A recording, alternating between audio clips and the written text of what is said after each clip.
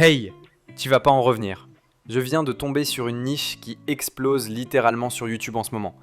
Et quand je dis explose, je parle de millions de vues en quelques jours. Regarde bien ce premier compte. En à peine 3 jours, une seule vidéo a cumulé 1 600 000 vues. Et ce n'est pas un coup de chance. Pratiquement toutes ces vidéos dépassent le million. C'est incroyable, non ? Mais attends, c'est pas fini.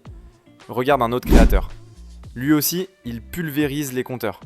Et accroche-toi, avec seulement 11 vidéos sur sa chaîne, il a réussi à rassembler 242 000 abonnés. Oui, tu as bien entendu. 11 vidéos, 242 000 abonnés. C'est complètement fou. Et là, forcément, tu te poses la question, mais qu'est-ce qu'ils font comme vidéos pour avoir de tels résultats ? Eh bien, ils racontent des histoires vraies, sous forme de mini-documentaires ultra captivants. Des récits immersifs, illustrés par des personnages 3D sans visage, dans un style tellement unique que dès que tu lances une vidéo, t'as envie de rester jusqu'au bout. Regarde cet extrait. It's a quiet morning in an Australian suburb. The streets are still. The neighborhood sleeps soundly. In a few seconds, the silence will come to an abrupt end. Armed officers will storm through family homes. Flashlights will cut through the darkness. Avoue que c'est fascinant.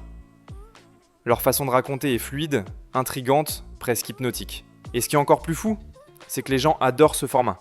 Ce sont de vraies histoires basées sur des faits réels, racontés comme des films. Et tu sais quoi ? Avant, créer ce type de vidéo aurait demandé des moyens énormes. Mais aujourd'hui, grâce à l'intelligence artificielle, tout a changé. Oui, maintenant toi aussi tu peux créer ce style de vidéo documentaire qui cartonne.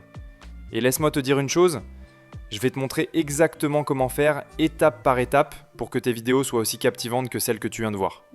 Alors prépare-toi, parce que ce que je vais te révéler peut littéralement transformer ta chaîne. T'es prêt ? Allez, on y va.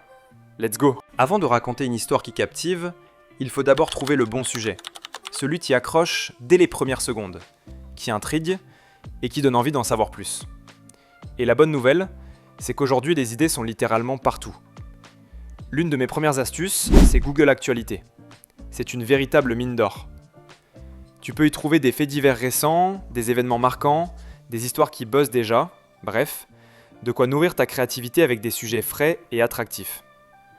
Mais ce n'est pas tout, tu peux aussi utiliser ChatGPT, et crois-moi, ça devient encore plus intéressant. Surtout si tu veux raconter des faits historiques ou des histoires vraies marquantes. Par exemple, je peux simplement lui demander « Donne-moi des faits historiques populaires ». Et regarde le résultat. En quelques secondes, il me sort une liste complète d'événements fascinants, classés par siècle et par année. Des histoires que pour la plupart tu connais déjà, mais que tu pourrais raconter d'une manière totalement nouvelle, captivante et visuellement incroyable. Avoue que ça commence déjà à te donner des idées, non ? Et le meilleur dans tout ça, c'est que tu peux aller encore plus loin. Si une idée te plaît, tu peux demander à ChatGPT de l'approfondir, de te proposer d'autres angles ou même des anecdotes méconnues pour rendre ton récit unique. Pour te montrer un exemple concret, moi j'ai choisi un sujet que tu connais sûrement, l'évasion d'Alcatraz. Un fait réel, spectaculaire et surtout, parfait pour un format documentaire captivant. Je vais ouvrir une nouvelle page ChatGPT et je tape « Je vais faire un documentaire sur l'évasion d'Alcatraz avec un rendu 3D hautement stylisé, d'une silhouette humaine sans trait du visage, entièrement lisse et réalisé dans un matériau réfléchissant, mais donne-moi plus d'infos. » Et là, boum ! En quelques secondes, j'ai toutes les infos nécessaires, les noms des fugitifs, la date exacte, les détails de leur plan, tout.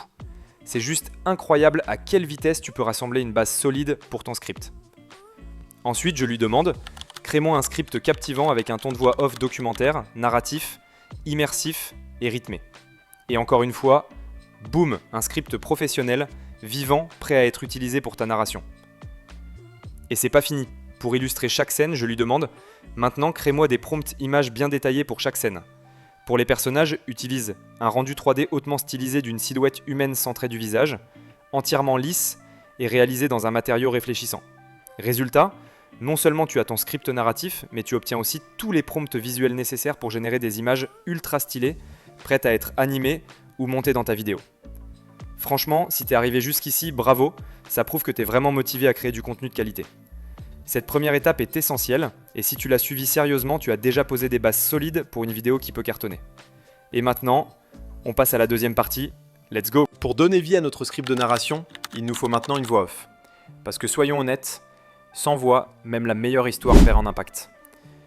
Pour ça, j'utilise Eleven Labs, une plateforme incroyable qui permet de générer des voix réalistes en quelques secondes. Mais si toi tu as déjà un autre logiciel de voix off que tu maîtrises bien, pas de souci, continue de l'utiliser. Le plus important, c'est d'avoir une voix qui colle parfaitement à ton style narratif. Une fois arrivé sur l'interface, tu vas voir que même avec la version gratuite, tu as accès à un large choix de voix, aussi bien masculine que féminine. Et le petit conseil que je peux te donner, c'est de choisir une voix qui sait raconter. Pas juste une voix neutre, mais une voix avec du rythme, de l'intonation, une présence.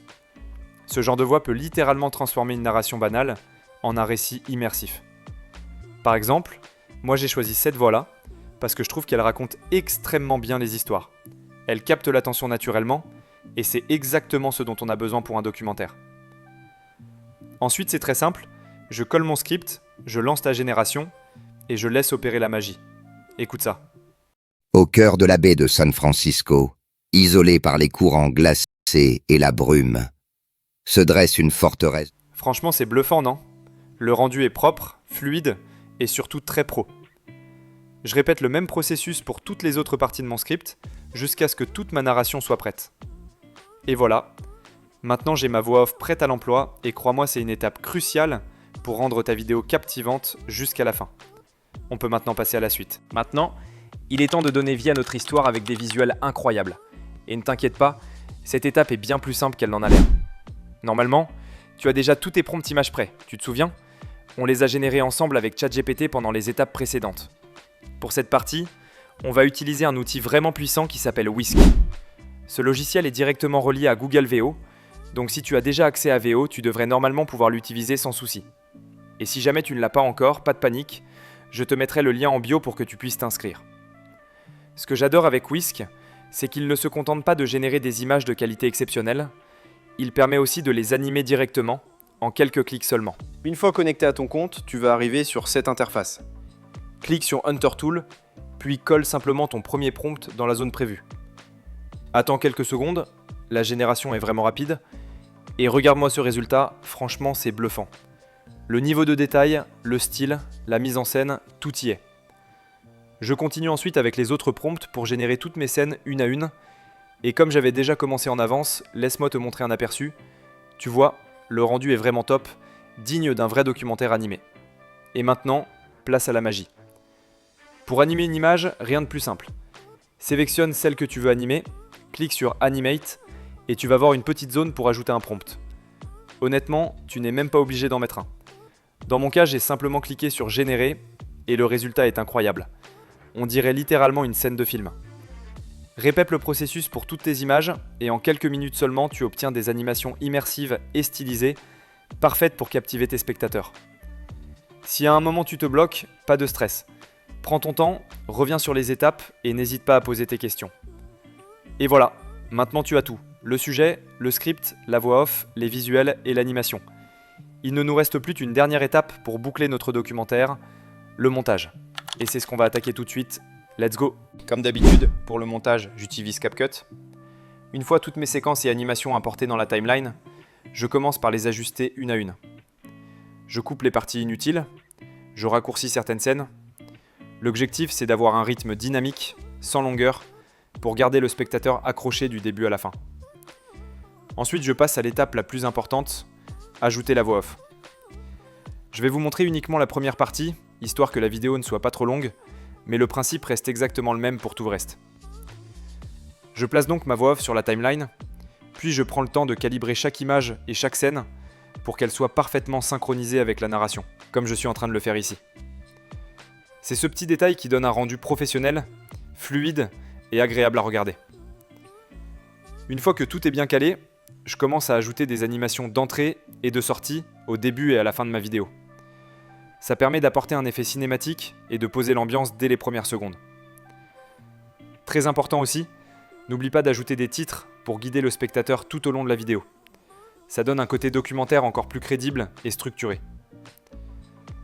Ensuite, je peaufine le tout avec quelques effets sonores, quand c'est nécessaire, pour renforcer certaines scènes clés. Et bien sûr, une musique de fond bien choisie. Personnellement, j'aime ajouter une musique de suspense pour maintenir la tension et immerger totalement le spectateur dans l'histoire. Tu trouveras tout ce qu'il te faut directement dans la bibliothèque musicale de CapCut. Une fois que tout est prêt, je fais une dernière vérification. Je regarde la vidéo de bout en bout pour m'assurer que tout est bien en place, la synchronisation, le son, les animations. Et là, regarde-moi ce résultat. Au cœur de la baie de San Francisco, isolée par les courants glacés et la brume, se dresse une forteresse de béton, Alcatraz, une prison réputée inviolable, là où les criminels les plus dangereux des États-Unis étaient envoyés pour ne jamais en revenir. Pourtant, une nuit de juin 1962, 3 hommes ont défié l'impossible. Leur évasion reste à ce jour l'une des plus audacieuses et mystérieuses de l'histoire pénitentiaire américaine. Waouh! Franchement, c'est incroyable. Et tu sais ce qui peut rendre ta vidéo encore plus captivante?